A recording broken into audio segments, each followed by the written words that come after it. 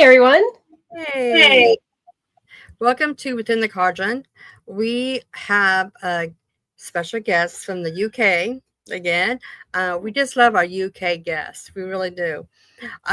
Jacqueline Dixon is also a good friend of Barry John that was on last month.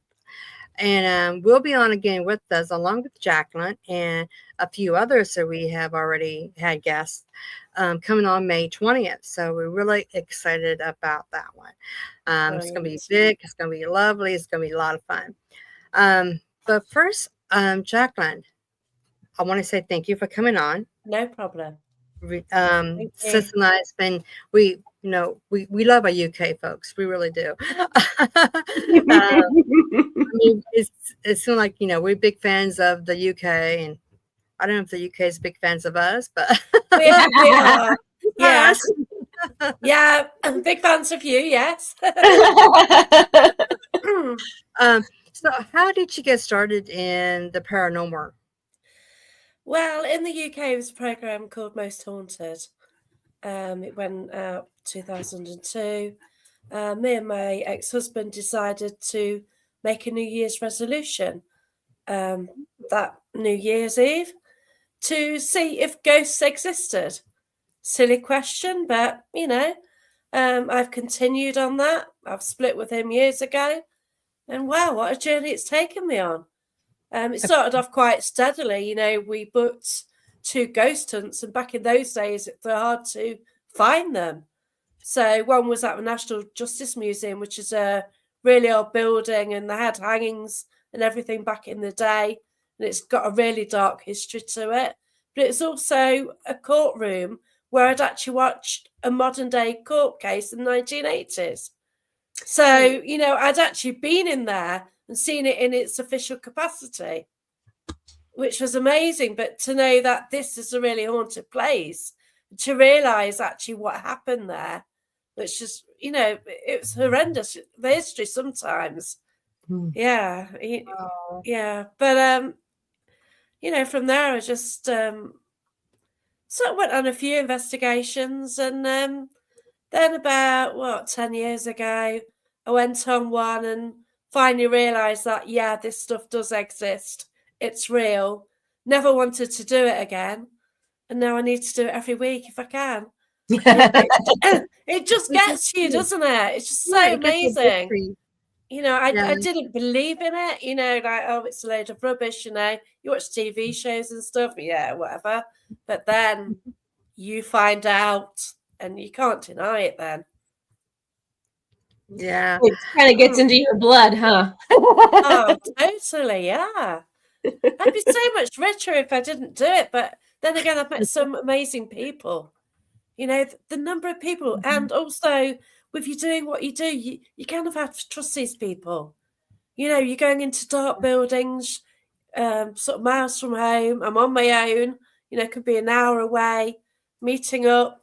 And then, you're risking your lives with them because you don't actually know what's going to happen in the building, do you? Because some of the buildings are like, they're semi-safe, but it is incredible. And also like the spiritual path as well, you kind of link in with people quicker because, you've got something what other people don't understand. Right. Exactly. Being by yourself is just, I don't know if I could do that or not. I don't know. And Medium Red, she belongs to a couple of teams out in Arizona. Would you do anything by yourself, Medium Red? I don't know. It's funny because I know the first rule in one of our teams is nobody investigates alone. And even when you're with the team, you don't go off on your own. You literally have to check in with somebody or have a buddy with you. I think that's more so for the safety of you and the building, because, I've been on investigations where one of Misty, for instance, Chrissy, Misty, we were in a dark cemetery and she went to go get a battery from her bag. And literally, because it was a potter's field, there was a small little marker that came up and she hit that marker and went tumbling over and fell. And she actually ended up hurting her ankle. But So I guess from that standpoint, if you're not familiar with the building, like, Jacqueline said, you're relying on these people because they know things to help you, I feel like buddy system is probably a good thing to have. But yeah, I bow down to you, Jacqueline, for doing it on your own. Too. I do kind of meet, I do meet up with people, through time. Like I've got a little group where I book locations and invite people along. Oh, and that's it's just so a fun. mix of energy, a mix of styles. And there's no like team rules either. Yeah. Because everyone is there to do how they want to do it rather than be held back. Because sometimes if you're in a team, you're like held back, aren't you? Right. You've got the people who run the team and then you're like kind of restricted. Like I was in a team. And I was getting a lot of opportunities for podcasts, things like that. And I kind of felt that everything I had to do, you take through the team because that's what it is. Right. So then after a while, it didn't kind of work. So I went independent, booked on sort of some public events, and then sort of started booking my own private events, and then sort of saying, hey, anyone, you want to come along? And it is great just working with different people. Oh, and you learn so much from them, the different styles of investigation and that's right. Different tools, like they have different equipment and things like that too. I'm always learning about new equipment. So that's right. It's a combination of the different energies of people as well. Correct. Yeah. Because I'm finding that if I book these venues, there's about 10 people-ish go along, because I'll try and keep the numbers small on that one. And because they're all up for it, they all have experience. Somehow, a lot of my friends are mediumistic as well. So a lot of it's mediumship driven. And it sort of adds another dimension as well. You are getting the answers. Like you get a sound and it's like, oh yeah, you're picking up on who it is. And if you get information, somebody else might link into the same person. And it just adds another dimension to, rather than wait for that to make a noise and oh hello, you've done that, well done. Well, yeah, exactly. What is it giving us? Now who are you? Yeah, exactly. Can you ding your name a few times? Like, I don't know how you do that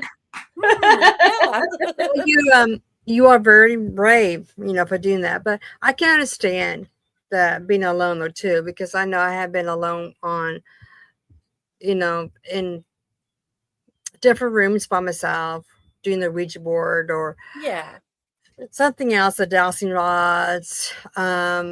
Even when I went to the Lizzie Borden house, I stayed behind where everybody else went on. I was behind in a seance room, and I got a lot more from being by myself at that time than I did with anybody else. So I really do get that. Too.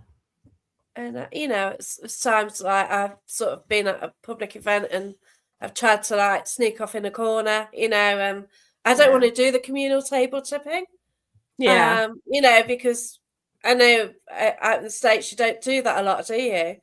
It's a UK thing, and you just get loads of people, and it's like, well, I want to kind of listen. I want to see what I can pick up.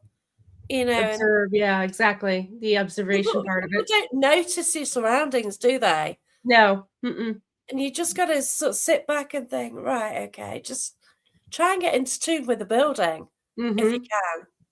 Right. Exactly. That's what I love doing. But it's hard. Do you have a favorite location, Jacqueline, that you've investigated that is like, oh, I've got to go back there again, or you just have like a sweet spot in your heart for it? Well, I've got a few for different reasons. One's just closed down. That meant a lot to me. That was opened 8 years ago. I've been going about 7. I actually started doing my podcasts because of that location. Started up a live feed channel, and I started podcasting in 2020. And sort of have gone on since then to sort of do it on my own sort of page and stuff. I ended up hosting, met some great guests. Also, I've met a great friend as well, who I wouldn't have met if it weren't for there. Right. And they have paranormal conferences as well. So, meet people there, and it's just lovely. So that was, it was called the Haunted Antiques Paranormal Research Centre. It has just closed.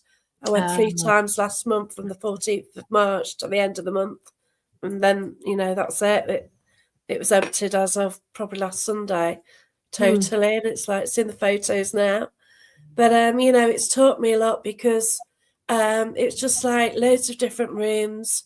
The building may have been, we did get some information from the building, but a lot of it was from the items. Oh, wow. So it's just wait, that's from there. The doll there's from there. I've got some purchases, whether things will happen in my house or not, I don't know, but we'll see, And just to find, when you take different people there, they are getting the same thing. And it's great just to get that validation, isn't it?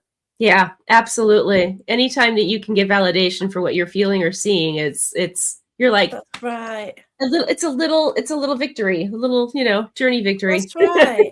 And there's a couple of dolls, and there's one which needed attention. And on a public night, you go in there, and one person will go and pick it up, and and it just happened all the time. I've got a doll here, and I've taken it out on events, and I've had blokes who've just gone and picked it up and walked around with it. And they're running the event. It's whoa, I don't know what it is about that doll, but yeah. They want to pick it up and hold it. Yeah, they do. And loving energy. It must have something with her, yeah. Loving energy, something that goes, here, hold me. Yeah. And I use, the items I have, I kind of use them, and I take them, I do development with Barry Dawn. And there've been different classes throughout the years, and I've taken these items and just to see what people get, just to kind of build the information upon them, because I know what they are. Well, I know what they're said to be. Yeah. And, I'm getting a lot of information which is backing them up. Right. I've never gone public on them, but it is interesting what I have got, and I make notes. Keep a record of what people get, just to. Yeah, it's interesting. Just to kind of compare it and see. Exactly. Yeah, that's right. I just love it. It's fascinating. And also, the thing was about that location, they had what they got to call creatures, elementals. I didn't even believe in that. But, I'd hear something scratching. And, it didn't sound human, something scratching in the early days. Right. And then once people would get scratched there, and mediums would see things crawl up my leg. And yet when I went with another medium, he just went and sat in the round seance table. He looked down on the floor and freaked out, going, what the hell are they? Because he actually saw them, and it's so these exist then. Oh, wow. And it's fascinating, isn't it? It is fascinating. In fact, so I just completed a 6-month mentorship class with Cindy Keza. I don't know if you know who she is, but she's Files, Dead Files. Anyway, so our final thing that we get to do for the mentorship class is to actually all meet up, because we're all from all over the United States. And actually, we have somebody in France as well. I don't know that she's going to be able to join us, but we're going to converge in June to the Palmer House, which is in Sauk Center, Minnesota. Awesome. And some of us already were, kind of double linking into each other and trying to see what we were going to basically stacking to see what we were coming up with, in the actual place. And I had said to one of my cohorts, I'm like, I definitely want to go down in the basement. I want to spend about 10 minutes in the basement by myself. I go, it's elemental. I definitely feel that there's elementals in that basement. So I was totally like you, I could see them in my mind's eye crawling up the wall and everything. And I'm like, oh yeah, definitely. I want to go down to that basement and investigate. So I can't, like you, it's they're crawling around. They're on my leg, can't wait to see it. They're so intriguing, aren't they? The first time I actually went to Haunted Antiques, it was a place where Neil Packer, who ran it, he basically said you could go into any room, move any object around, you could touch the objects. He didn't say any were haunted, and that was basically for us to find out. Oh, nice. For people, if they told him things, he'd confirm what has come through already. And he also sort of kept a record and sort of added to it as well. And That's you know, cool. it was brilliant. And there's this doll I got, and I just went into a silence room, picked it up, put it on a table. Something shot out of there straight up to my friend's arm, and his face was a picture. He saw it, I didn't. I can't see them. Right. But his face was like, yeah. And he kind of went home, and then some people went round his house who were sort of mediumistic, and they saw it crawling around the ceiling. Oh, wow. Oh, my Until God. he took it back, yeah. But So it's he just took it mad, with him isn't home. it? Yeah. I've now got that item. Now, yeah, I've actually purchased the item from Haunted Antiques. I have it now. He kind of wants it, so yeah, I'm going to give it him when he, you know, When you see him next. it's kind of a memory, you know, and right. experiences like that you just don't forget. So what was your first experience that you had that really set your mind to, yeah, this is definitely what I want to do, and it's definitely changed my mindset. I'm no longer a skeptic. I'm now a believer. Well, okay, I think I was in denial a lot. I was in a pub. We all are. Yeah, I was at like 2006, 2010. I ran a pub. And the previous landlords came in with all the ghost stories about the previous landlord and stuff. And yeah, okay, whatever. And then I ended up living there on my own. And the TV used to come on in the middle of the night. So I'd go to sleep. So, you know, you work dodgy shifts. I'd probably have a snack before I went to bed. Probably went to bed about 3, 4 in the morning. Mm-hmm. And then I'd fall asleep. I'd wake up just like that. All of a sudden, wake up. Then the TV would come on a second later. Then it'd go to white noise. First time, it's like, whoa, under the covers, that's it. Don't want anything to do with this. I don't know what this is, you know. No, not happening. And it happened frequently. And I'd just wake up and it would just come on. And then once it was like white noise and it was a bit, you could see images and like, whoa, okay. But also, the burglar alarm went off in the pub. So I woke up, it went on, went to white noise, burglar alarm went off. So I thought, right then, I'll have a go at the engineer. So me being me, he comes out, says, well, what's happened then? Oh, it's, you know, tamper. So it's tampered with it. No. CCTV, no one there. Try again. Go on, why has it done it? And, you know, he couldn't say why it had happened. He had no valid excuse or reason for it, right? No, that's it. And you kind of push as much, you know, and like, what's the logical reason? It's the only time it ever went off. Mm-hmm. No, actually it is. In 4 years, it is the only time it went off. Wow. So, yeah. So you've got that, you know, and I kind of, in the end, I found that a comfort. I also found that me being angry as well set things to happen, which was incredible. It wasn't because it's energy. Scared. It's all energy. But yeah, like one time I was in the pub and I was angry about my ex. So I went to the side of the bar, got a customer in front of me who was a friend. Behind that, I got stairway, steep stone steps to the cellar. So I said, you won't believe what he's done now. Sounded like an explosion in the cellar. I was scared. So I thought, wow, it's just me. What can I do? I've got to go down there. It's like, I think a gas bottle's gone. That's all I could think of. So I went downstairs, got down, and the crash mat fell down.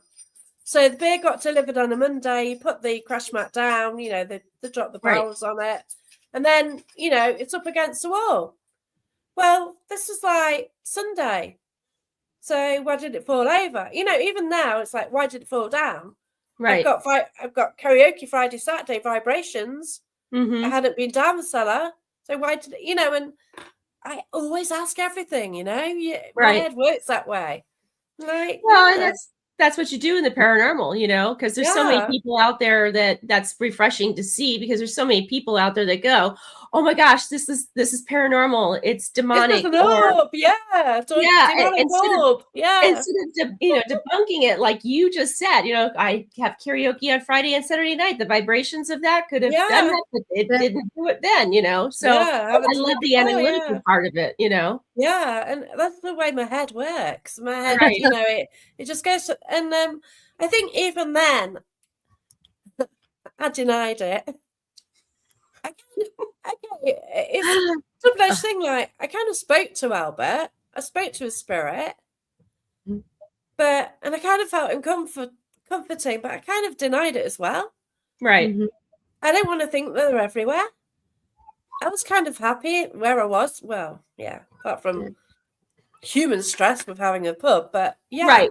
Exactly. Yeah. But it was, I don't know.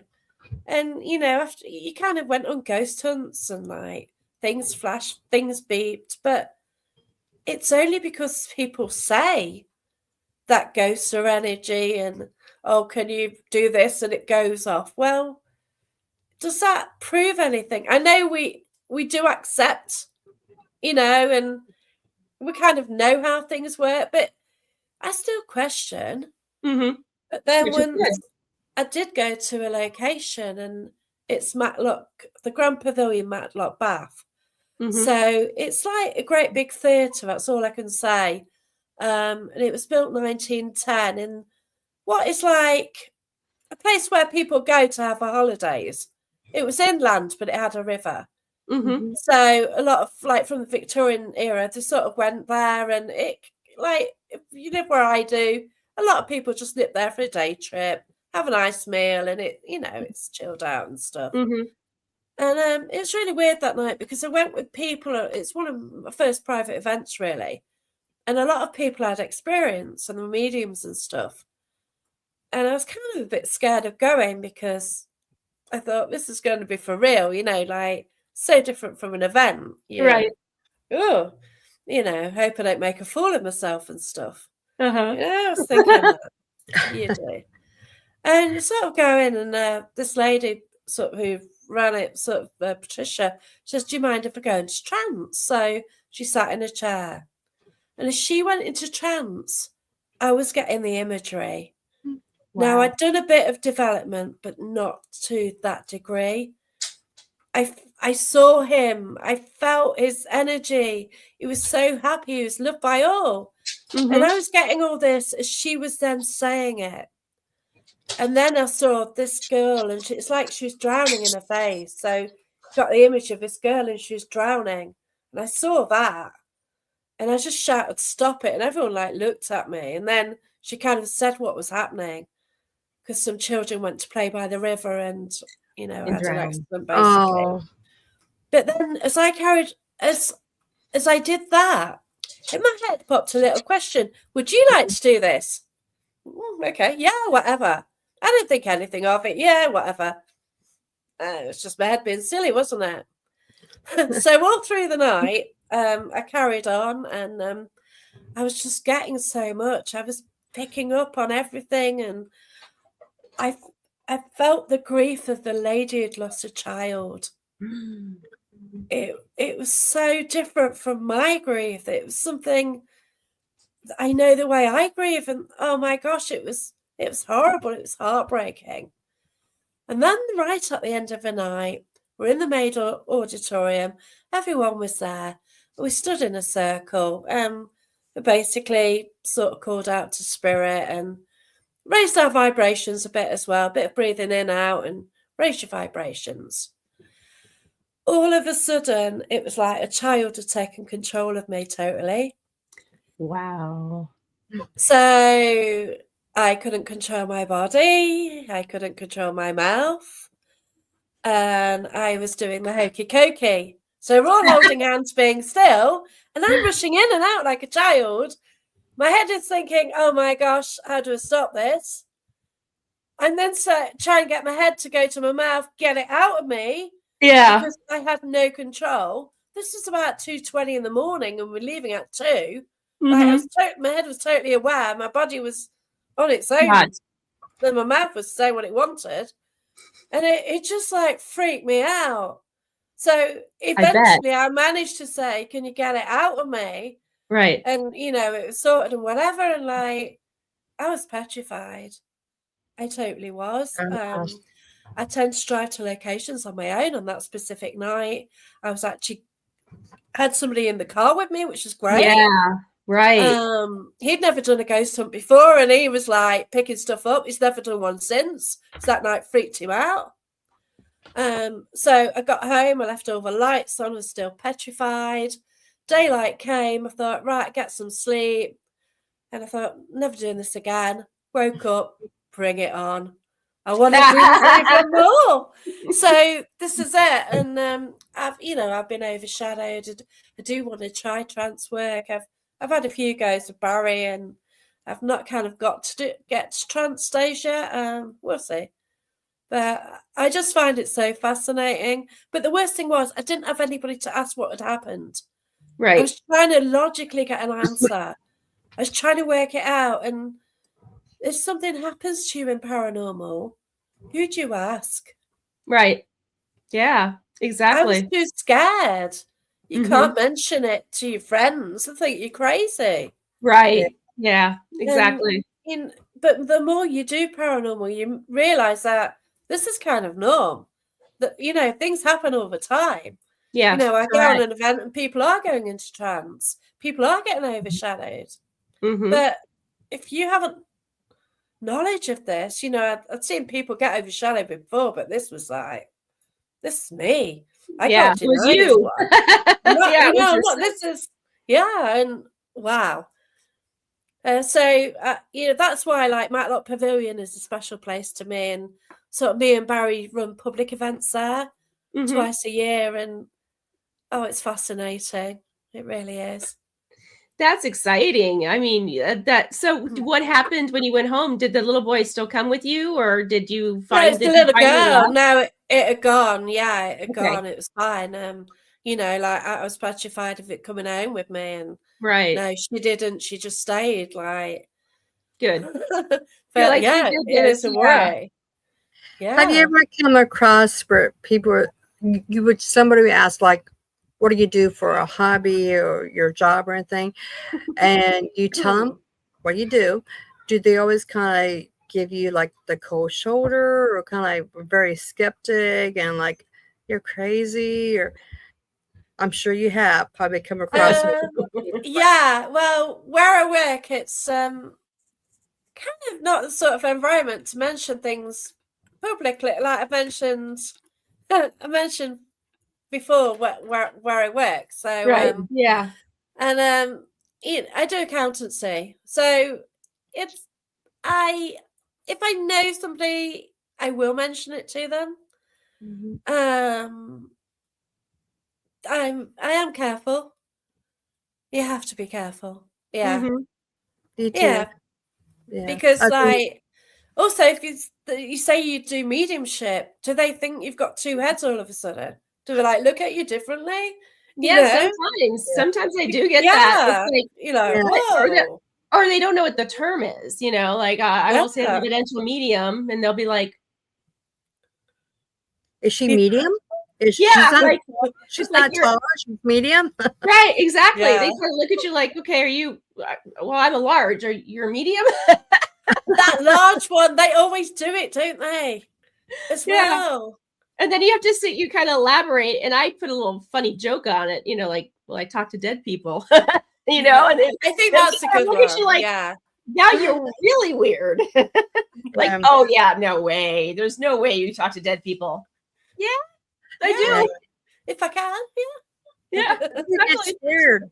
Yeah, they get scared of the unknown. Where somebody asked me, what am I, or what is my tattoo and stand for and stuff, and I would tell them, and they're just kind of like, oh, you're not going to hex me, are you? Oh gosh, no, but coming to think of it, not unless you piss me off. Hex. Yeah. I'm sure everybody in a different lifestyle, way of life, the craft, everybody gets teased or mocked. Yeah, exactly. Yeah. Yeah, that's right. Or Yeah. they say, "Oh, can I have a reading?" Well, you know, I don't call myself a medium. I do development. Mhm. I do sometimes pick up things. I don't give myself that label. I don't know what I am, you know, and that's the thing. Mhm. People have to give each other labels as well, don't they? Yeah, You know, in exactly. this society, you've got to call yourself something. Well, Right. I don't know. And they still don't Yeah. understand it when you do it anyway. They want you to have a No. label, but then they don't understand what the label is to begin with. So yeah. Yeah. Yeah, that's And it. it's so fast to judge. I'm Oh, judging you right now. definitely. It's like, why are you judging me? So, Yeah, right. Exactly. yes. And With yeah, if they ask, they've yeah. got the ghost story as well. Oh, Right. I'm sure I'm sure that a lot of people do, but I'm sure that a lot of them is like too scared to tell this ghost story because they would think, well, nobody's going to believe me. Yeah, I think they're crazy. Yes, they do. With your now you have a Paranormal Path Peeps. Yeah. Now it's more than just a Facebook page too, isn't it? I mean, can you Yeah, tell us that's right. So I've sort of got a group Paranormal Path, so that sort of gives people the opportunity to share the content, share their lives, and basically share history about locations or about interesting buildings in the UK or worldwide. You know, like every building's got a story, history. You might get paranormal associated. You know, I'm under the impression that any building can be haunted because you've had people there. You've had people laugh. You've had people die. You've had people cry. You've had different sorts of emotions. Mm-hmm. And if somebody likes being there enough, they may return. Mm-hmm. And that's it. We just don't know really, do we? So anywhere like historic, I'm intrigued because you've had so many people there. And then, you know, if you just visit, you know, if it's a museum open in the day, if you just look round, you know, see what you can pick up, see what you get.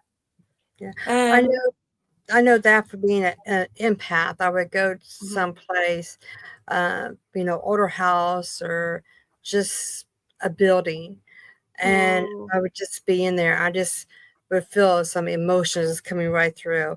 And my Yeah. husband or my kids would say, "Mom, why are you crying?" I'm like, "Oh, just get me out of here." It's just, Yeah. no, I'm not going to explain it to you.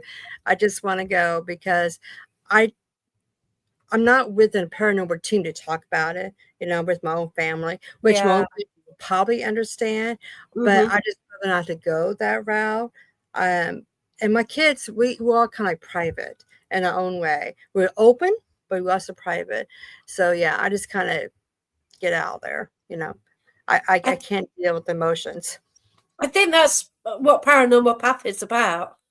Yeah. So I set the group up first and I set up a page so basically I could do live feeds. And then obviously I start putting my podcasts on there. So, you know, if I go out and about, I'll do write-ups. If I do investigations, I'll do a write-up. I'm not asking people to say that's right, that's wrong. This is what I got. This is what the people with me got. I went out with these people. We had fun, you know? And if somebody else goes and they go, wow, we got that, there you go. You've got some validation. Validation. Exactly. And, Precisely. that's what I do, and if you go to this location where no one's been before, and it's like a public one where you have to hire it out. So if it gets other people booking on the location, I like to help people out as well. Right. So Haunted Antiques, like I love that place. So often I post about it. I posted my experiences. Maybe people booked, to go to, have their own incredible experiences. Right. Exactly. It's there, Yeah. isn't it? I love cemeteries. I love walking in cemeteries. I love just, do some, sweeping, clean off. But it gets too emotions for me sometime where I'm sitting there and I'm just like clean off their tombstone. And then it's just kind of like, I just get a vision in my head, either pain or something. And then I'm just like, okay, I'm just a mess, but I realized that touching the tombstone and just saying, I'm sorry that they went through that. that understand, your pain, that it's okay now. Yeah. It makes, then I kind of get very chilled, goosebumps, and then I'm fine. It's my way of grounding out when I have those That's emotions beautiful. too. Yeah. Yeah. That is lovely. So it's I had ever since I was a kid. I always do that. I don't know why. Wow. I'm always drawn to cemeteries. No, I always have been. I Mhm. really, even before I sort of did the paranormal, I've been fascinated. Like Yeah. the one I could see a church right outside my window. There's a few gravestones there, not many. Yeah. And one of them says, like, now here as you look at this tomb, like one day it will be you. Obviously rhymed and, the language is better.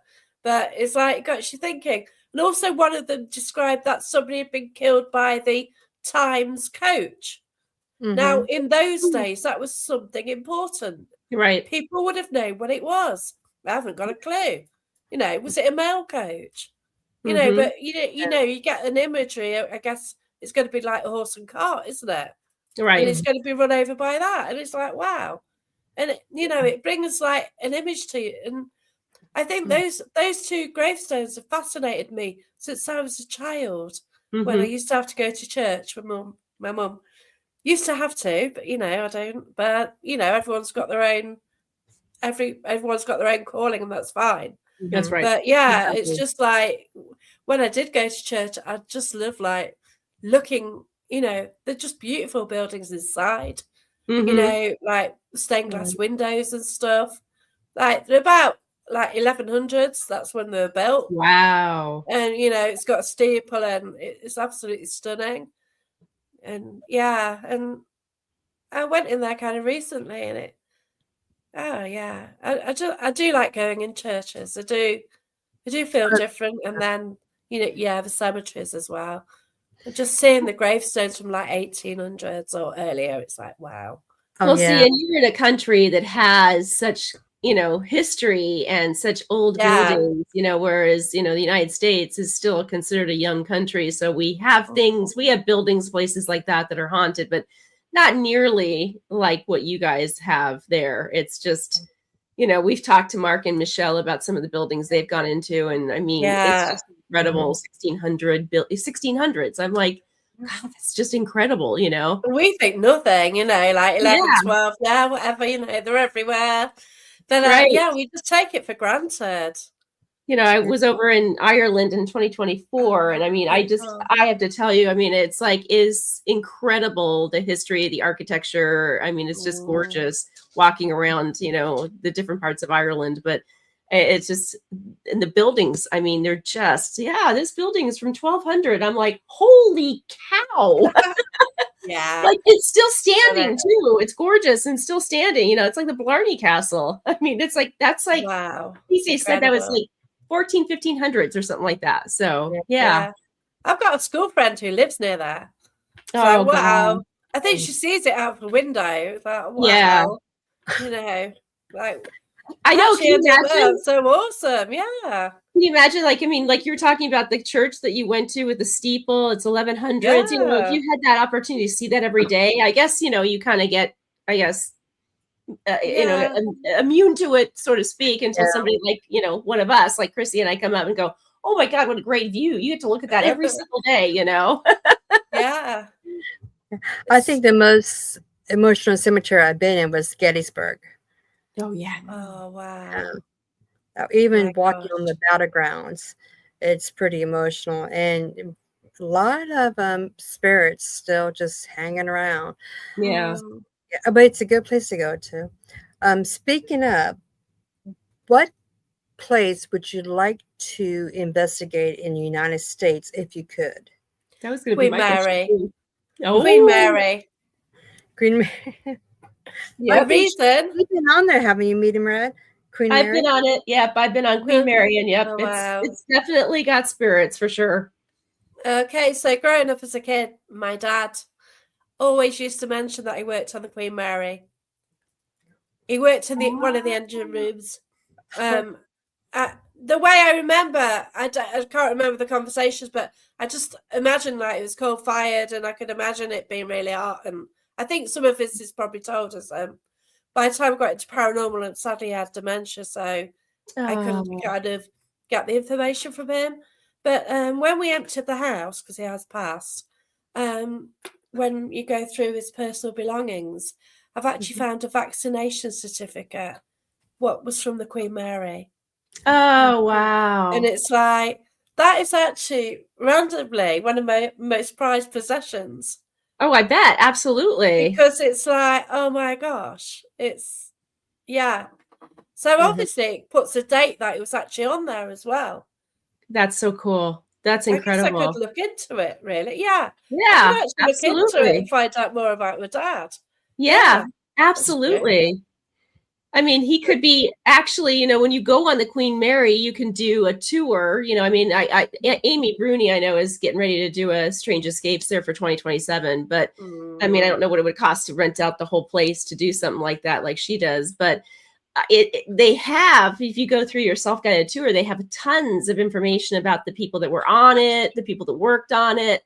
So who knows, your dad's name might be on one of those placards that is on the tour, of the ship itself. So it's a gorgeous ship. I would love to stay on it. I've never been able to stay overnight. I've just done, just going through and walking and doing my own paranormal investigation by myself with a couple girlfriends. And it's pretty incredible to see to see everything going on in there. So yeah, I just would love to. I really wanted to take Mum and Dad before they passed, really, but it never happened. But yeah, I just find it so fascinating. Yeah, and Alcatraz. Alcatraz is, and that's like, you want to talk about, I don't know if Christy, if you've been to Alcatraz, but it is, you want to talk about, the empathic side of you would be like seen it. Yeah, I probably wouldn't be able to go in there. I'll probably try my best. Yeah, I would probably try my best, but if it's really, really heavy, I would be an emotional mess, really. Which I don't mind being an emotional mess, but the aftermath of that is calming down. Yeah. So, yeah. You can't exactly walk away. Really cool too. Oh, yeah. That's the problem, if we was going to go to the UK to investigate, what would you suggest for us for like the it place to go to? There's too many. It depends what you like. Some people like castles, some people like prisons. What sort of building do you want to go to? I would say a castle. Yeah, I would say a castle. I've been to enough prisons, not because just to visit, but I think a castle would be great because I love castles and I have a collection of them, from the Danbury Mint collection, Cool. Yeah. So which castle would be your suggestion? Oh, well, Warwick Castle's beautiful. It is owned by a theme park company though, so you've got all the mannequins and stuff. But me and Barry John were lucky to host at Nottingham Castle. So it doesn't look like a castle. It just looks like a house on a hill. Right. But you've got the history where it was a castle, it burnt down twice. It got rebuilt, then made into a mansion. And, you've all that history. But, you've got the foundations, you've got the cave system underneath it. Oh, wow. So basically it's on a hill and it's sandstone. So there's actually, you can walk from the castle right through to the pub underneath. And the pub is, there's about 3 old pubs in Nottingham, 1187, 1215 and something else. Wow. But, I think that's about 1187. Wow. And it's just fascinating. So that's pretty cool. So it's got a lot of galleries, but then you still got what it was, and the foundations and the caves. In the And cave. Nottingham, That's just crazy. Nottingham has loads of caves. Really? Oh my Because gosh. it's sandstone, people just, it's easy to sort of dig into it, basically. Right. So there's kind Right. of caves everywhere. There's caves under properties. Mhm. I did some sort of wildlife conservation, got invited to a house in Nottingham. They had a cave at the bottom of the garden. And I went in there and it was was used as a air raid shelter. Oh my gosh, how And incredible. by walking through there, I was going into people's houses. And there are caves that are actually everywhere. Oh, that's amazing. I do Wow. like I do like caves. Yeah. Well, let's put it this way. I used to like caves. I mean, I still do, but now since I'm getting older, I'm just like, oh, I don't want to go to a cave because I don't know. I think it's maybe like claustrophobic or something. I don't know. But when I was younger, caves was my thing. As many caves I went to, the happier I was because I just loved them. I love that. That's so cute. I Well, kind of that's get claustrophobic in them. I went to one in Mexico, and oh wow, that was cenote, I think they called it. And you kind of walked in, and it's a long walk, and then right. it's like stalagmites and stalactites. It looked like a tree, and then they got sacrificial around it. And yeah, Wow. but I was kind of on my knees because I was getting claustrophobic. I think with the Nottingham ones, you kind of know the in and out. Whereas there, it's just like You're not like sure. walking in for miles, and yeah, Right. Oh boy, yeah. yeah. So Claustrophobic, yeah. also the National Justice Museum as well, which I mentioned at the outset. That was that's sort of got like different layers. So that's got a cave underneath it as well, and an oubliette. So Really? oubliettes are really grim. Oh, that would be really fun. we love grim things, don't we? Yes, exactly. They're really horrible, nasty. Yep. They used to put people down to die and never feed them. Bye. Hi, And yeah, throw exactly. the ones on top. They're probably just about to go, and then all of a sudden they'll get someone land on them. So Right, have to suffer them exactly. up. Right, and we want to Oh, go. wow. We just love these places and dungeons and things. Yeah. Yeah, exaction. Yeah, so Everyone mentions like London. There's a lot of buildings there, obviously. Mm-hmm. Just whether you can get in them. Yeah. It's hard to get in and investigate places. Right. Because I would imagine so. the charges, Tower of London, but you can't really get in to investigate it. You can walk Well, you right. probably have to do it as a single person with paying a ticket with a bunch of people around you, and that's just you contamination. That's right. You just try and switch off in a corner, don't you? While you're looking like Exactly. But yeah, it's funny, but It's almost like the catacombs, of Paris, of France. I would love to do that. That's a bucket list item too, to go down there and see the bones and everything down there, just to kind of see what you get, see what you feel, when you walk down there. So that's definitely a bucket list item too. But Queen Mary is great. Alcatraz is great. Yeah, I mean,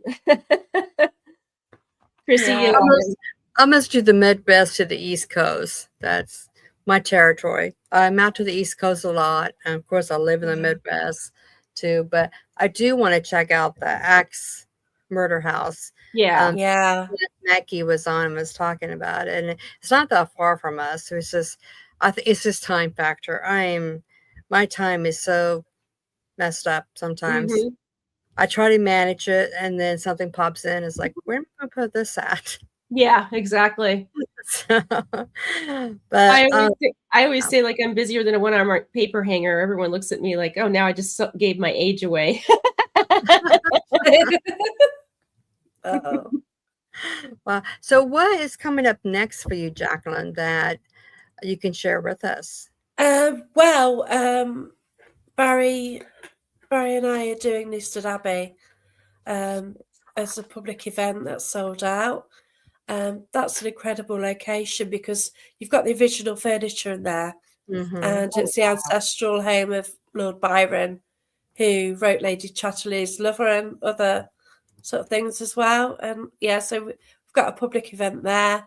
We've got a town hall as well. Me and Barry are doing WAF Town Hall. We've also in with another local group, SPS, Spiritual Paranormal Society, and we are running the Great British Ghost Hunt. So basically, it's a huge location. We're trying to get sort of loads of people to go, see what we can all get, and just make a massive night of it. And that's actually at a prison. That's at Ashwell Prison in Rutland. So it was, yeah, it had 3 blocks, and like one sort of got damaged in a riot. And then in the end, they just kind of moved out. And yeah, part of it still remains. And it's incredible. I went there actually. I've been there once, and Brian J. Kano was there. So that was an interesting one. Yeah. Wow. Yeah. Yeah. So to sort of do a vigil with him was, incredible.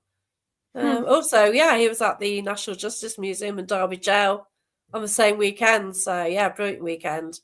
Sort of doing 3 different locations. That's going to be pretty busy. Yeah. Yeah. I've usually got quite a lot planned. But yeah, my diary is kind of full. And then you have May 20th back with us with you, Barry John, Dark Side, Spirit Seekers, Paranormal Truth, and Andy Guy. I know all of them. I've met all of them. Yeah. I'm really excited about that one too. Oh, yep, there's your dead bell. I should be soon. I think it's been about new battery. I know. I got to put a new battery in mine too. Yeah, because it got hammered last time out. So yeah, the battery doesn't last long. Like I use rechargeables. You have to.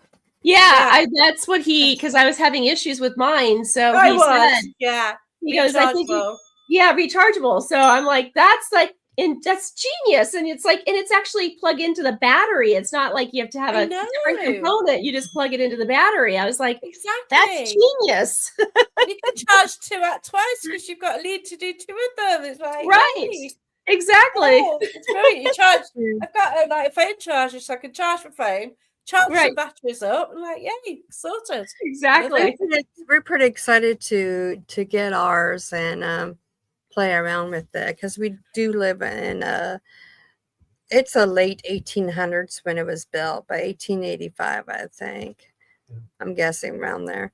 And the spirits here, nice ones, but I kind of like to know where they're at sometimes. Sometimes they sneak up on me, especially the old woman in the kitchen. It's like, and but I do like the whispers, like she always tells me, do this, do that. Put a little more pepper in, sweetie. Put a pepper in. So, but do you know who she is? Do you know? I'm getting the name like Madeline or Adeline. That's all I'm getting from her. And I'm getting like in the 80s. Of course, kind of like a gray-haired woman. Sometimes wear glasses like on top of her head, and sometimes she, puts them on. She has a very soft, but kind of like harsh voice. Like I know when I'm cooking, sometimes it's almost like I'm feeling somebody touching my hand going like, no, don't do that. Don't put that in, And I'm not the greatest cook. I like to experiment. So sometimes my experiment might be a little bit too spicy. Yeah, I do that. Never planned. It's just too spicy. So I like to maybe get to know her better. I should use my ghost box, and I haven't because we got kids in the house, and I don't want the kids to say, "Oh, we can play with it too," and I just don't want to do that. Sure. Yeah, I think it's just safe in my closet for right now. Yeah, oh wow. Yeah. But I will find out her name, hopefully. That's lovely. That's cool. Yeah. But it's been a pleasure speaking with you, Jacqueline. Cheers. And I cannot wait till May 20th when we get all of you Yeah. UK Cool. teams, individuals Yay. together so we can really have a party there. Wow. You know, it's going to be very fun. So I'm really looking Okay. forward to it. Just stay behind for a little bit while we go off the air so we can catch Yeah. the recording. And for everybody, subscribe, like, and share, and go to Jacqueline's Facebook page. Check her out. Say, hey, I saw you within the cauldron, you know. And Oh, thank until you. next time, be blessed, everybody. Bye-bye. Thank you. Bye. Thank you.